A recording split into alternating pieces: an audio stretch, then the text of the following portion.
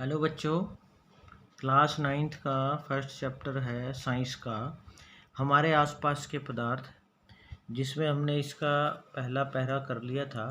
और उस पहरे के आधार पर जो हमारे पास क्वेश्चन बन के तैयार हुए थे वो 6 क्वेश्चन थे, जिसको कि हमने लिख भी लिया था। आइए अब हम आगे पढ़ेंगे। देखिए आगे क्या है। इसमें हमारे पास दिया हुआ है कि पदार्थों का भौतिक स्वरूप, कि जो भौतिक रूप से यानी जो हमें वो दिखाई देते हैं। भौतिक स्वरूप होता है जो रूप हमें सामने से दिखाई दे, वो कैसा होता है। तो इसमें सबसे पहले पढ़ेंगे पदार्थ कणों से मिलकर बने होते हैं। भी पदार्थ जो हैं, जितने भी पदार्थ हैं वो छोटे छोटे कणों से मिलकर बने होते हैं। बहुत समय तक पदार्थ की प्रकृति के बारे में दो विचारधाराएं प्रचलित थी। एक विचारधारा का यह मानना था कि पदार्थ लकड़ी के टुकड़े की तरह सतत होते हैं। तो पुराने टाइम में पहले तो ये मानते थे कि जो पदार्थ हैं वो लकड़ी का टुकड़ा जैसे सख्त होता है उस तरह है। परंतु अन्य विचारधारा का मानना था कि पदार्थ रेत के कणों की तरह भी मिलकर बने होते हैं। आइए एक क्रियाकलाप के द्वारा पदार्थ के स्वरूप के बारे में निर्णय करते हैं कि ये सतत हैं यानी ये थोड़े सख्त हैं या कणे से मिलकर छोटे छोटे हैं। तो एक एक्टिविटी है, आप इसको करके घर में देख सकते हो या फिर ये एक्टिविटी जो है लैब में कर सकते हैं। तो हम थोड़ा सा आपको जो एनसीईआरटी की बुक में एक्टिविटी लिखी हुई है उसको पढ़ के आपको बता देते हैं, आपको समझ में आ जाएगा। देखिए इस एक्टिविटी में क्या है कि एक 100 मिलीलीटर का एक बीकर लें। इस बीकर को जल से आधा भरकर जल के स्तर पर निशान लगा दें। ये कह रहे हैं कि मान लीजिए आपने कोई बीकर लिया है पानी का, घर में जैसे कोई भी आप बर्तन ले लो, बीकर ले लो या, और उसको भर के आधा जैसे वहाँ तक निशान लगा दो। मान लीजिए यहाँ तक पानी भर गया है बीकर में और निशान लगा दिया। अब क्या कहा है इन्होंने, दिए गए नमक या शर्करा को कांच की छड़ की मदद से जल में घोल दो। अब कह रहे हैं इस पानी में क्या करो, या तो नमक को घोल दो या शर्करा मतलब शक्कर या चीनी को उसमें घोलो और हिलाते रहो उसको। अब थोड़ी देर में क्या होगा कि मान लीजिए आपने पूरा हाथों के अंदर पूरा नमक लिया अच्छा सा और इसमें डाल दिया और नमक को फिर इसमें घोल दिया। अब घोलने से क्या होगा, नमक तो पानी के अंदर घुल जाएगा, लेकिन पानी का जो स्तर है हो सकता है पानी का स्तर थोड़ा सा ऊपर उठ जाए, क्योंकि उसमें अब नमक भी आ गया। हालांकि हमें नमक के कण दिखेंगे नहीं, वो पानी में घुल जाएंगे। तो जल के स्तर में आए बदलाव पर ध्यान दें। ये कह रहे हैं क्या जल के स्तर में थोड़ा बहुत बदलाव आएगा, तो हल्का सा बदलाव आएगा थोड़ा सा। आपके अनुसार नमक या शर्करा का क्या हुआ, यानी वो तो उसमें घुल जाएगी, ये कहाँ गायब हो गए, पानी में घुल गए। क्या जल के स्तर में कोई बदलाव आया, बिल्कुल जल का स्तर ऊपर बढ़ेगा।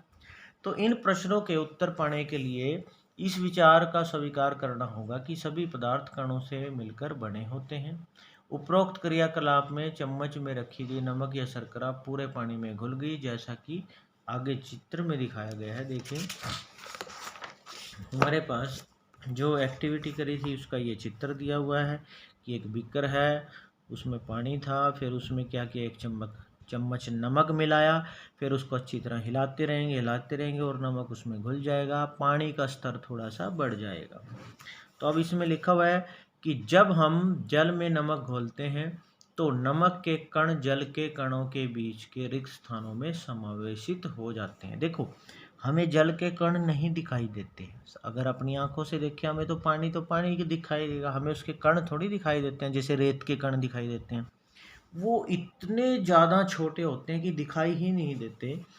और मैं वैसे थोड़ा सा आपको वैसे बता रहा हूँ, मान लीजिए अगर आपको जल के कण दिखाई देते ऐसे, तो क्या होगा, अगर ये नमक इसमें घुला तो नमक के जो कण है उसके बीच में मिक्स हो गए और फिर मिलने पर वो आपस में दिखाई ही नहीं दिए, आपस में इतने छोटे होते हैं वो दिखाई नहीं देते। तो अब क्वेश्चन ये पैदा हुआ कि आखिर कितने छोटे कण होते हैं पदार्थ के, कि पदार्थ के ये कण इतने छोटे हैं, कितने छोटे हैं। तो आइए और एक्टिविटी है इसमें, क्रियाकलाप जिसको हम एक्टिविटी बोलते हैं। इन्होंने कहा है पोटासियम परमैंगनेट के 2 या 3 क्रिस्टल को 100 मिलीलीटर पानी में घोलें। अब पोटासियम परमैंगनेट क्या होता है, ये एक तरह का केमिकल है, रसायन है। और जैसे मान लो नमक था, नमक भी एक तरह का केमिकल ही होता है बच्चों, जिसको हम सोडियम क्लोराइड बोलते हैं नमक को।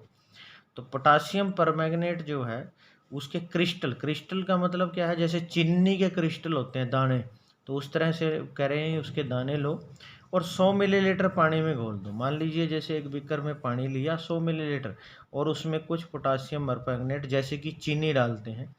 पोटासियम परमैंगनेट इसलिए लिया है, पोटासियम परमैंगनेट का जो रंग होता है वो थोड़ा सा बैंगनी कलर का होता है। जैसे आपने देखा होगा कि घरों के अंदर कई बार जैसे अगर किसी को चोट लग जाती है तो डॉक्टर जो एक दवाई लगाते हैं उसमें भी पोटासियम परमैंगनेट होता है। एक लिक्विड लिक्विड पानी जैसी होती है और वो बैंगनी से कलर की होती है, जैसे नीला रंग होता है, गाढ़ा नीला, और वो पोटासियम परमैंगनेट होती है। तो अब ये कह रहे हैं कि आपने कुछ दाने उसमें डाल दिए तो क्या हो जाएगा, पानी का रंग कैसा हो जाएगा, थोड़ा बैंगनी कलर का हो जाएगा। और इस पानी में से अब क्या किया, एक ट्यूब ली, ट्यूब मतलब कांच की नली, और अब ये 100 मिलीलीटर पानी में से हमने थोड़ा सा पानी निकाल लिया, 10 मिलीलीटर पानी निकाल लिया। 100 में से कितना निकाल लिया, इसके अंदर से पानी लिया 10 मिलीलीटर। फिर क्या किया, एक बिकर अलग और लिया और उसमें क्या था, 100 मिलीलीटर क्या था, पानी था। और ये नली जो हमने थोड़ा 10 ml इसमें से लिया और इसमें डाल दिया। जैसे मैं आपको एक उदाहरण दूं, उदाहरण मतलब कहने की बात है, थोड़ा समझने की बात है, आप उसको थोड़ा सा समझना। मैं एक उदाहरण कैसा ले रहा हूँ, मान लीजिए आपके पास घर में, मान लीजिए 1 गिलास दूध है, ये थोड़ा सा समझना। मान लीजिए इसमें दूध है, आपने क्या, उस 1 गिलास दूध को एक बड़ी बाल्टी ली और उसमें पानी था, बाल्टी में पानी, और ये गिलास उसमें डाल दिया। ठीक है, अब दूध इस बाल्टी में घुल जाएगा, ये बाल्टी है मान लीजिए पानी की। अब गिलास का जो वो रंग है दूध का, वो थोड़ा इसमें सारे में फैल जाएगा, यानी रहेगा पानी का रंग अब भी थोड़ा थोड़ा सफ़ेद। फिर क्या किया, इसमें से अब इस बाल्टी में से 1 गिलास इस वाले पानी के घोल का लिया। अब दूध का जो रंग है इसमें थोड़ा सा कम जरूर आएगा। फिर 1 गिलास को, 1 बाल्टी अलग ली पानी की, पानी का, फिर इसको इसमें डाल दिया। अब इसमें रंग थोड़ा सा और कम आएगा। फिर इसमें से 1 गिलास निकाला, अगले में से उसी तरह, फिर उसको अगली बाल्टी में मिलाया। तो इस तरह से बारी बारी सर मिलाते रहेंगे। अब वही एक्सपेरिमेंट यहाँ दिया हुआ है कि 100 मिलीलीटर पानी लिया, उसमें पोटासियम परमैंगनेट डाला, फिर उसमें से 10 मिलीलीटर निकाला, फिर उस 10 मिलीलीटर को फिर 100 मिलीलीटर पानी में डाला, फिर यहाँ से 10 ml निकाला, फिर अगले 100 मिलीलीटर पानी में डाला, फिर निकाला 10 मिलीलीटर, और फिर अब क्या होगा, हर बार जैसे पहले गाढ़ा रंग था, फिर थोड़ा लाइट हो गया, फीका हो गया, फिर और फीका हो गया, फिर और फीका हो गया। अब रंग तो फिर भी आ रहा है, इसका मतलब अभी भी इसके अंदर कण तो हैं, किसके, पोटासियम परमैंगनेट के। यानी हमने इसको इतना ज़्यादा मिला दिया, फिर भी थोड़ा थोड़े छोटे छोटे कण तो उसमें फिर भी रह गए हैं। इसका मतलब पदार्थ के जो कण हैं वो बहुत ही छोटे हैं, जो हमें दिखाई नहीं देते, बहुत ज़्यादा। अब इसमें क्या लिखा हुआ है, अनुमान लगाइए कि पदार्थ के कण कितने छोटे हैं। प्रत्येक बार तनुकृत, तनुकृत बोलते हैं कि उसमें पानी मिलाना बारी बारी से करने पर घोल का रंग हल्का होता जाता है, फिर भी पानी रंगीन नजर आता है। यह प्रयोग दर्शाता है कि पोटासियम परमैंगनेट के बहुत छोटे से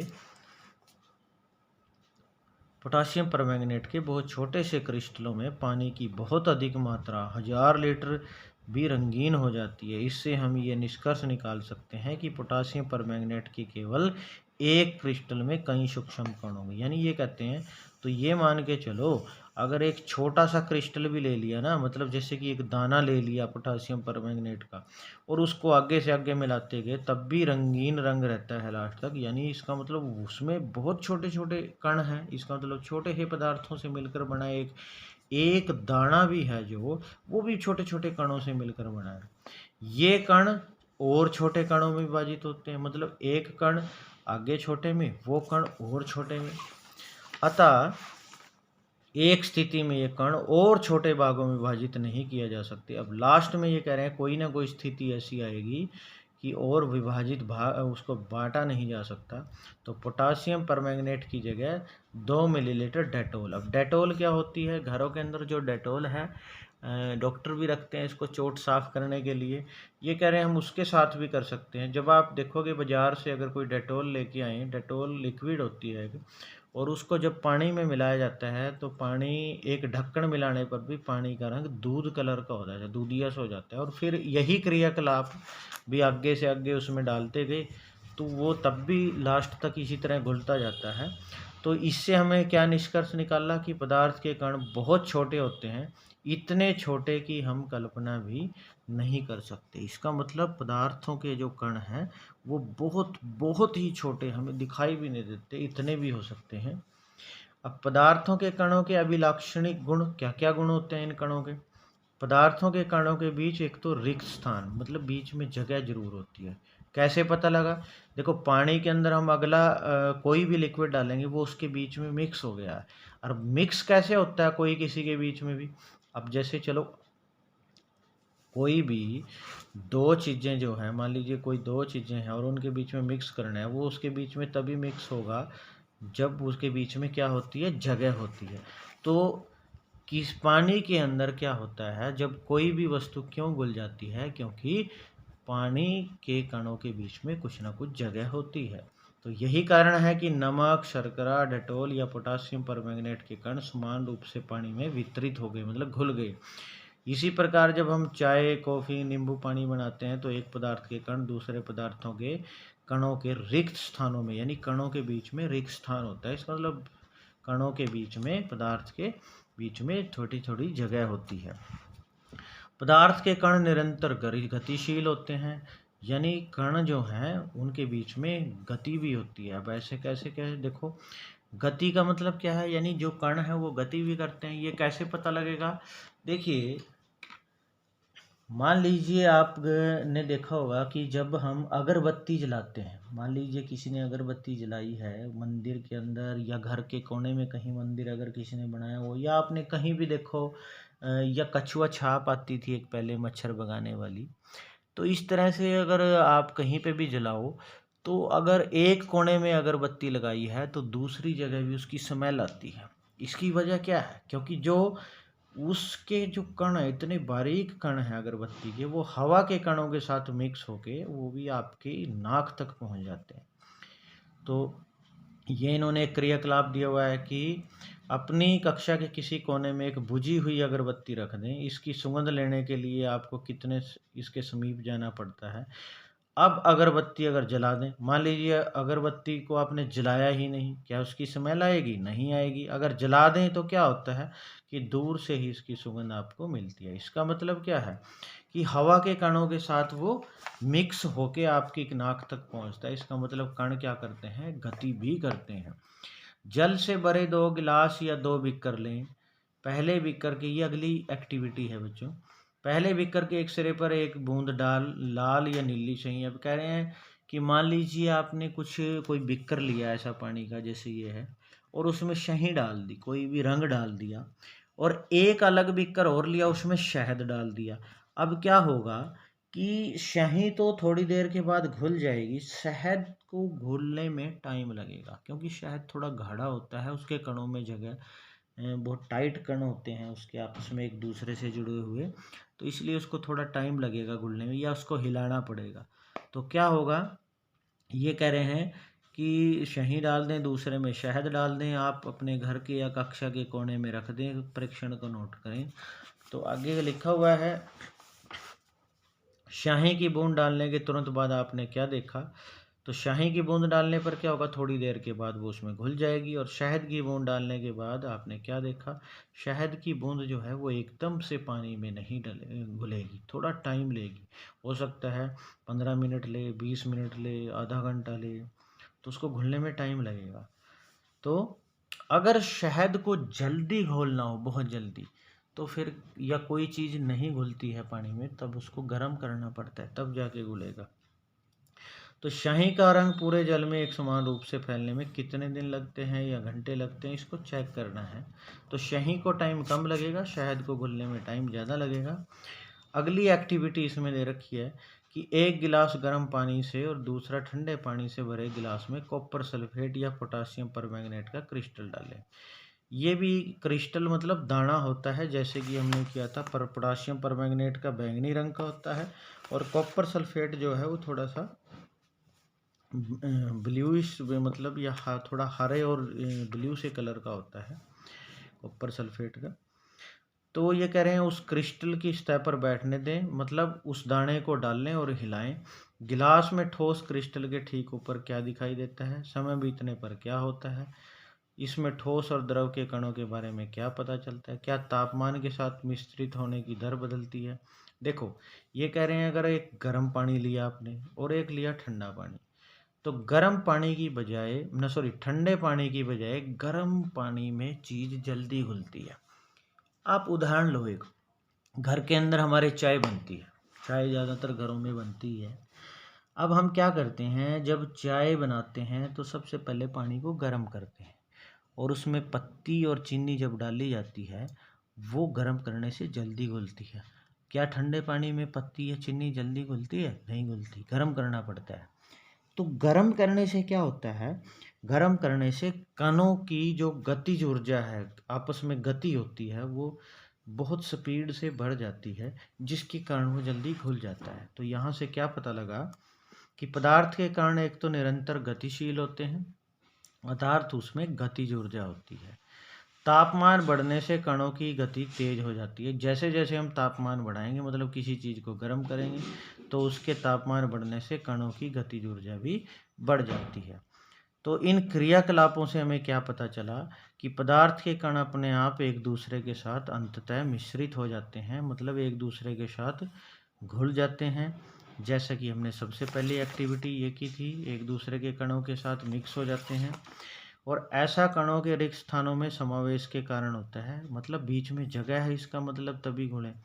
और दो विभिन्न पदार्थों के कणों का स्वतः मिलना ही विसरण कहलाता है। तो दो कणों के बीच में अगर दूसरा पदार्थ मिल गया, उसको हम क्या बोलेंगे? विसरण बोलेंगे। हमें यह भी पता चलता है कि गर्म करने पर विसरण तेज हो जाता है।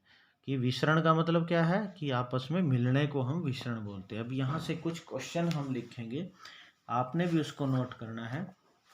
तो बच्चों, एनसीईआरटी की बुक आपने यहाँ तक पढ़ के उसके बाद देखिए कौन कौन से क्वेश्चन हमें हमारे पास बनेंगे, आपने उसको नोट करना है।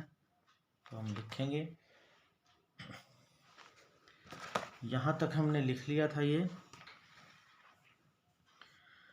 भौतिक परिवर्तन किसे कहते हैं, पहला क्वेश्चन हमने लिख लिया था। रासायनिक परिवर्तन किसे कहते हैं, दूसरा लिख लिया था। तीसरा था कि मैग्नीशियम रिबन का क्वेश्चन था। फोर्थ, किसी रासायनिक अभिक्रिया में, सॉरी ये क्वेश्चन आपके नहीं हैं, आपके क्वेश्चन थे ये, मेरे पास 10वीं के क्वेश्चन खुल गए थे। ये था हमारे पास पहले जो क्लास, लिख लेता हूँ मैं, ये 9th क्लास है। तो हमारे आसपास के पदार्थ वाले थे जो हमने इसके 6 क्वेश्चन कर लिए थे, निर्जीव किसे कहते हैं तक। तो देखिए आइए इसमें और क्वेश्चन क्या बनते हैं हमारे पास। मैं 7वां क्वेश्चन जो आप है लिख रहा हूँ, आपने इसको नोट करना है कि एक तो सबसे पहले हम कि कण जो है तापमान बढ़ने के साथ क्या क्या होता है वो लिखना है हमने सबसे पहले। तो कि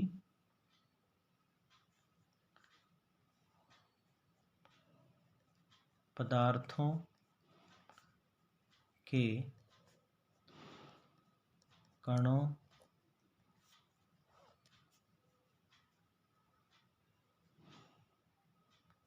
के गतिशील, मतलब उनके गति में होने वाली ऊर्जा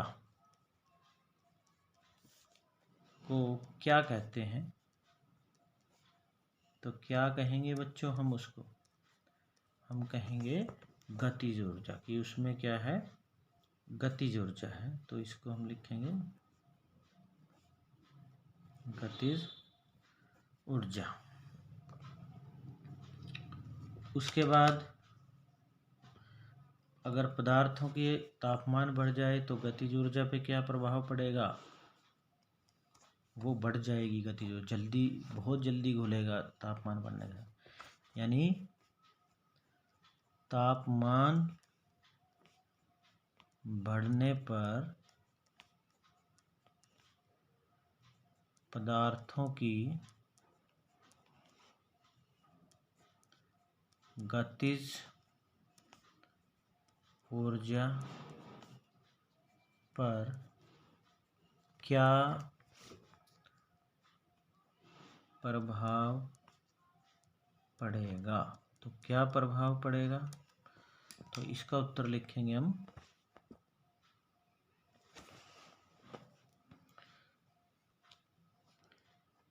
तापमान बढ़ने पर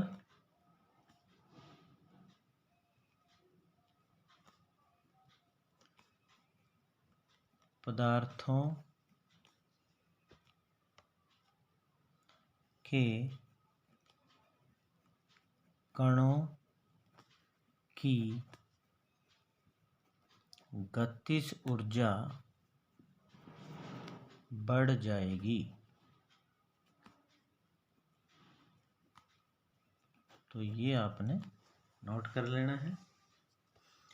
आप इसको जब नोट करते हो तो वीडियो को थोड़ी देर के लिए पॉज कर लिया करो, मतलब रोक लिया करो, तो आप इसको नोट कर सकते हो। उसके बाद है अगला क्वेश्चन।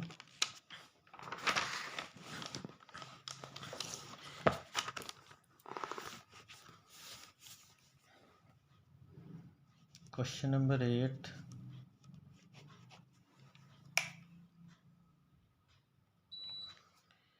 कि विसरण किसे कहते हैं।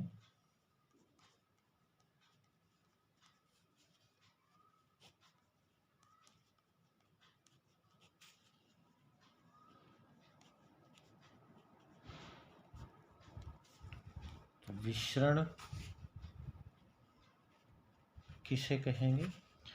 देखिए बच्चों, मान लीजिए पानी है हमारे पास, लिक्विड, किसी बीकर में या बर्तन में, हमने उसमें पानी लिया, जल है, और मान लीजिए आपने उसको, उसके अंदर नमक को कह लो या चीनी को घोल लिया। अब जब वो उसमें पूरा मिक्स हो जाएगा, हमें नहीं दिखाई देता। इसका मतलब दोनों के कण, यानी जो जल के कण है और नमक के कण है, वो बिल्कुल मिक्स हो गए, उनके बीच में मिश्रण हो गए। इसी को आपस में मिलने को ही हम क्या कहलाते हैं, विसरण बोलते हैं। तो विसरण का जो परिभाषा वो लिखेंगे हम कि दो विभिन्न पदार्थों के कणों का स्वतः, मतलब स्वतः मतलब स्वयं मिलना ही विसरण कहलाता है। तो ये हो गया विसरण। और विसरण, अगर किसी पदार्थ को गर्म किया जाए तो उस पर क्या प्रभाव पड़ता है, तो ये भी क्वेश्चन आता है। तो जल्दी घुलेगा, तो हम लिखें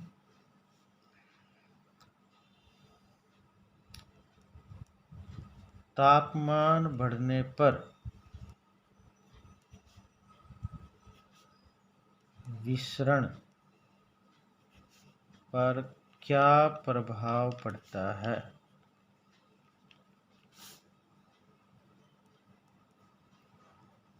तो इसका आंसर हम लिखेंगे तापमान बढ़ने पर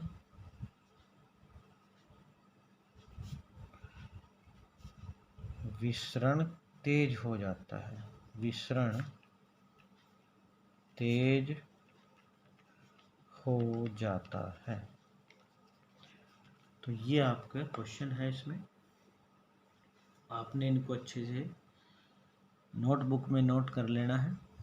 और बच्चों, कोई ज़रूरी नहीं है कि मान लीजिए ये दोनों क्वेश्चन एग्ज़ाम में दोनों ही पूछे एक ही के अंदर एक ही क्वेश्चन में, तो आपने ये दोनों को मिला के लिख देना है। तो आपने इनको साथ के साथ पढ़ते भी रहना है और इनको नोटबुक में नोट कर लेना है। अब आइए देखिए हम आगे करेंगे। अब हमारे पास इसमें दिया हुआ है कि पदार्थों के कण एक दूसरे को आकर्षित करते हैं, यानी एक दूसरे को अपनी तरफ खींचते हैं। एक क्रियाकलाप है इसमें भी आगे कि इस खेल को एक मैदान में खेलें। ये कह रहे हैं 4 समूह बनाकर, यानी 4 ग्रुप बनाकर मानव श्रृंखला बनाएं। पहला समूह ईद मिश्मी नर्तकों की तरह है। नर्तक बोलते हैं नाचने वालों को। एक दूसरे को पीछे से कसकर पकड़ लें। ये कहते हैं जैसे मान लीजिए ये एक लाइन बनी हुई है कुछ डांसर्स की। जैसे ये डांसर है, इसने आगे दूसरे की बाजू को दूसरी तरफ से पकड़ा है और इसकी बाजू को इसने पकड़ा है, फिर इसकी बाजू को इसने पकड़ा है अपनी वाली, और ऐसे ही एक दूसरे की बाजू को इस तरह से पकड़ा हुआ है कि बीच में से कोई भी बाजू को छुड़ा के नहीं जा सकता। तो इसी को इन्होंने एक ईद मिश्मी नर्तकों की तरह कहा है। को दूसरा समूह एक दूसरे का हाथ पकड़कर मानव श्रृंखला बना ले।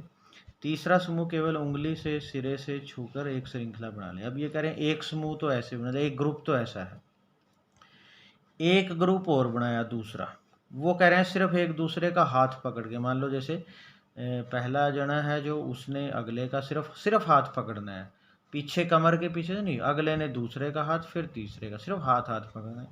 और तीसरा कह रहा है केवल उंगली पकड़नी है, थोड़ी सी उंगली पकड़नी है, ऐसे सिर्फ उंगली, हल्की सी उंगली।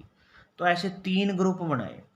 अब ये कह रहे हैं कि किस समूह को तोड़ना आसान होगा। किसी को तोड़ना आसान होगा, यानी उंगली पकड़ी हुई है जिन्होंने उनको तोड़ना आसान होगा, और जिन्होंने हाथ पकड़ा हुआ एक दूसरे को थोड़ा मुश्किल होगा, और सबसे मुश्किल इस तरह से जिन्होंने पकड़ा हुआ है, ये जो पिक्चर बनी है वो मुश्किल होगा। यानी इसी तरह क्या है, अगर 2 पदार्थों के कण या किसी एक पदार्थ के कण बिल्कुल आपस में एक दूसरे के साथ छोटे छोटे इस तरह से जुड़े हुए हों, उनको तोड़ना मुश्किल होता है।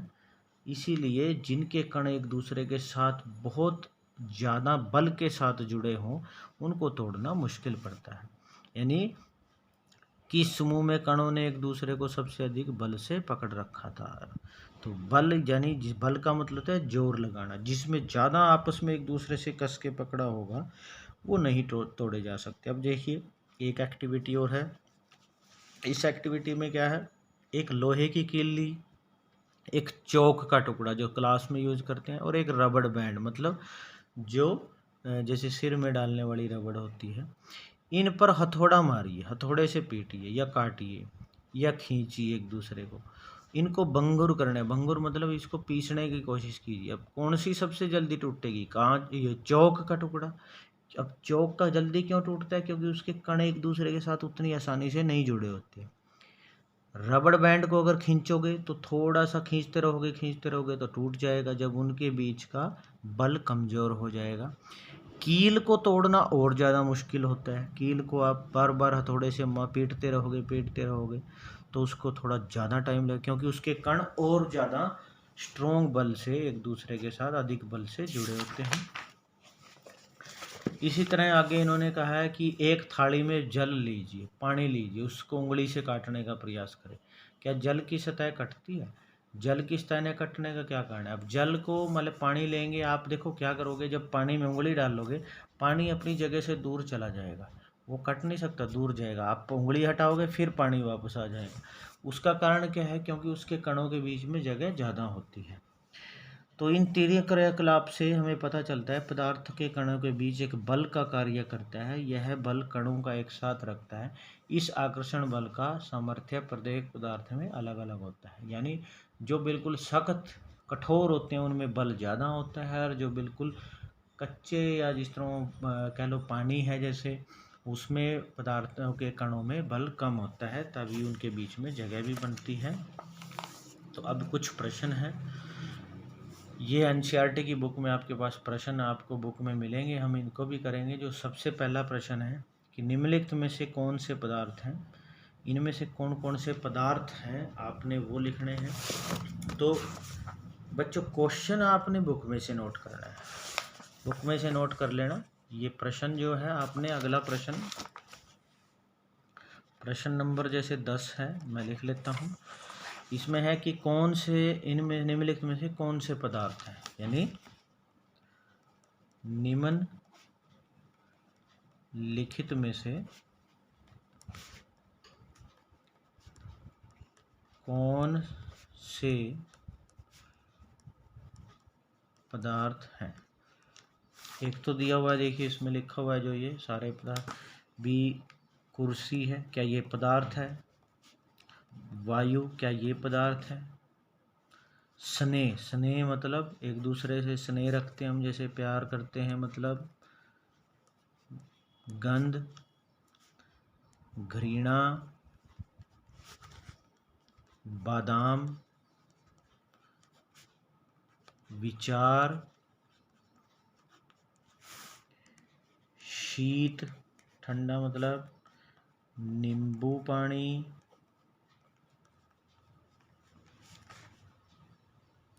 इत्र की सुगंध, मतलब इत्र होता है सेंट बोलते हैं जिसको आप। तो इनमें से पदार्थ बताना है कौन सा है। तो देखिए इसका जो हमारे पास उत्तर बनेगा, इनमें से पदार्थ यानी जिसमें जो कण होते हैं, कणों से मिलकर बना है, और जो स्थान भी घेरते हैं, जो कुछ ना कुछ स्थान घेरते हैं, उनको हम पदार्थ बोल लेंगे। तो पदार्थ कुर्सी है, कुर्सी के बाद वायु है, क्योंकि वायु देखो, वायु में कणों के मिश्रण से ही वायु बनी है। उसका स्नेह नहीं, ये कोई कर्ण नहीं है। गंध जो है ये भी कोई कर्ण नहीं है। घृणा जो है ये भी कोई कर्ण नहीं है। बादाम ये भी बिल्कुल कर्ण है,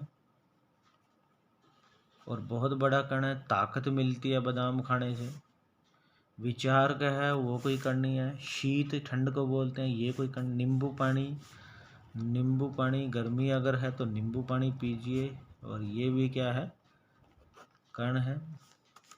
और इत्र की सुगंध ये कोई कर्ण नहीं है। तो ये ही कर्ण है हमारे पास, आपने इनको नोट कर लेना है। उसके बाद है अगला क्वेश्चन, 11वां क्वेश्चन हम लिख रहे हैं कि निम्नलिखित प्रेक्षण का कारण बताएं। भी इसका क्या कारण है, उसका कारण बताएं। गर्मा गर्म खाने की गंध कई मीटर,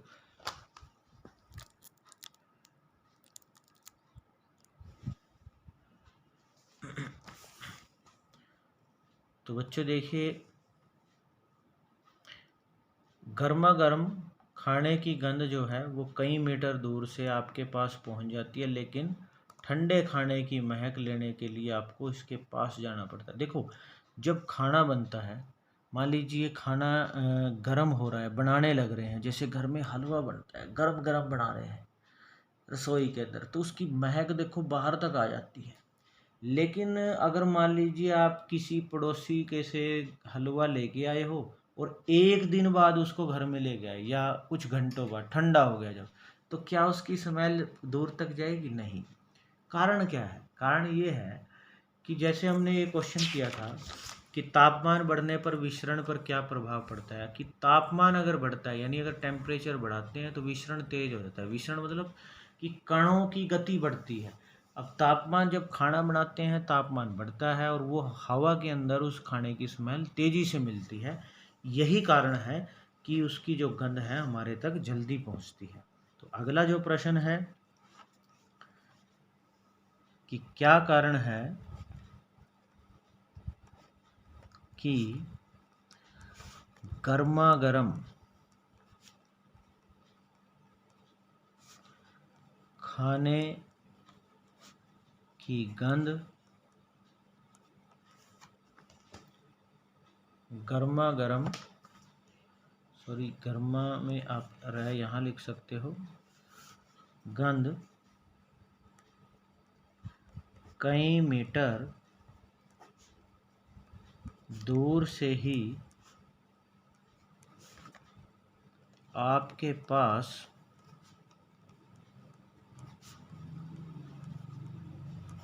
पहुंच जाती है, लेकिन ठंडे खाने की महक लेने के लिए आपको उसके पास जाना पड़ता है।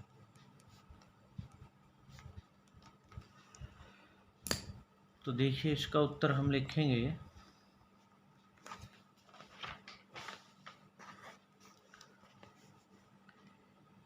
कि गरम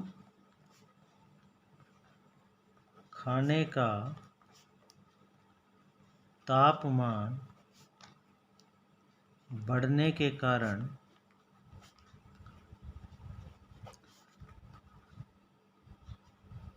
निकलने वाली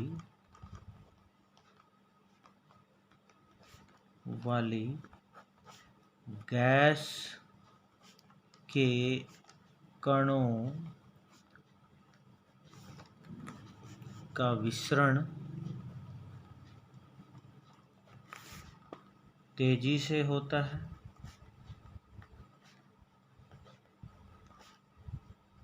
और गतिज ऊर्जा बढ़ती है।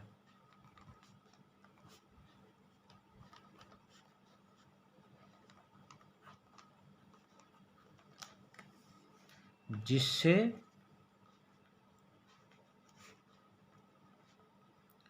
खाने की महक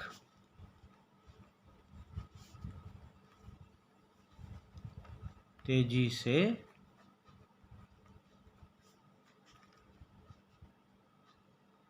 हवा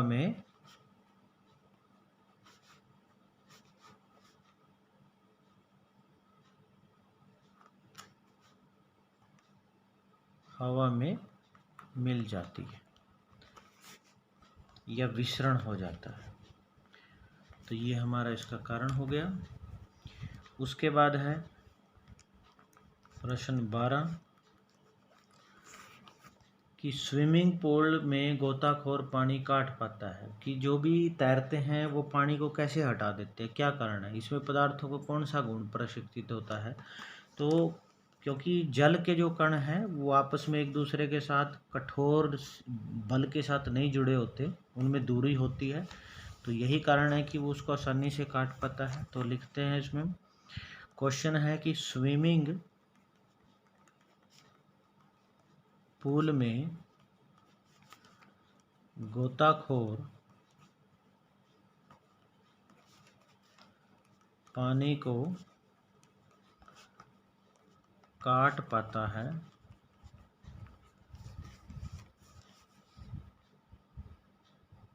इससे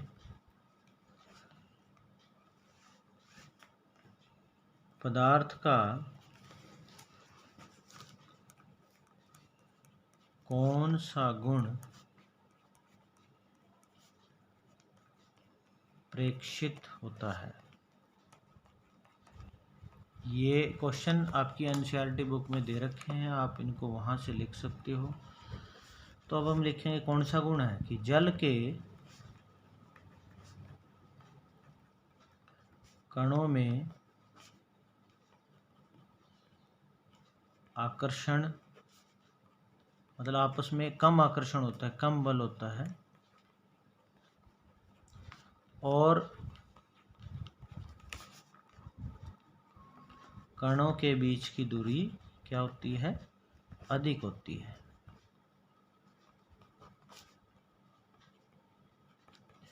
अधिक होती है, इसलिए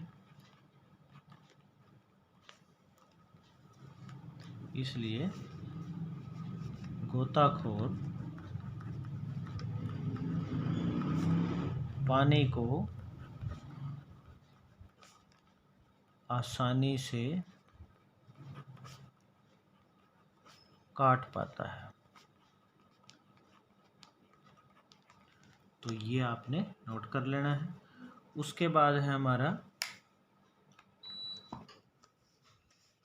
अगला क्वेश्चन है 13 पदार्थों के कणों की क्या विशेषताएं होती हैं? पदार्थों के कणों की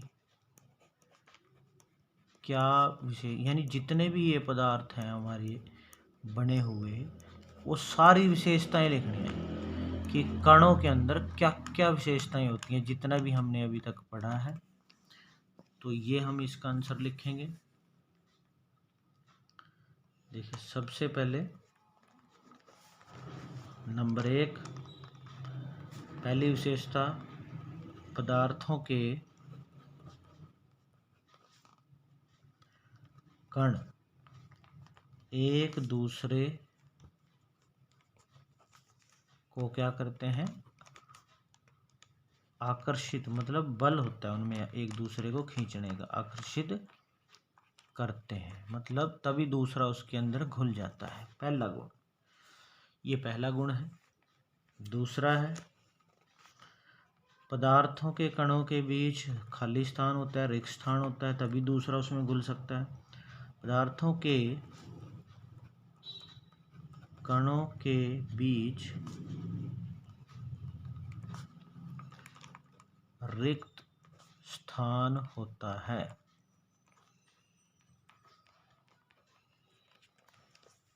उसके बाद तीसरा, पदार्थों के कण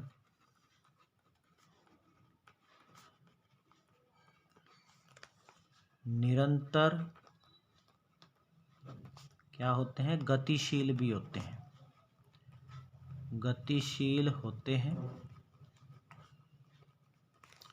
और चौथा गुण है,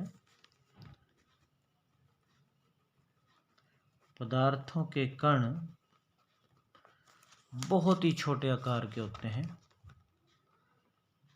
बहुत छोटे आकार के होते हैं। तो ये 4 गुण हैं, आपने इनको अच्छे से नोट कर लेना है। तो बच्चों, हमने आज जितना पढ़ लिया है उनके आधार पर हमने क्वेश्चन लिख लिए हैं। बाकी के क्वेश्चन हम अगली वीडियो में करेंगे, तो आपने इनको साथ के साथ याद भी करना है और इनको नोटबुक में लिख लेना है।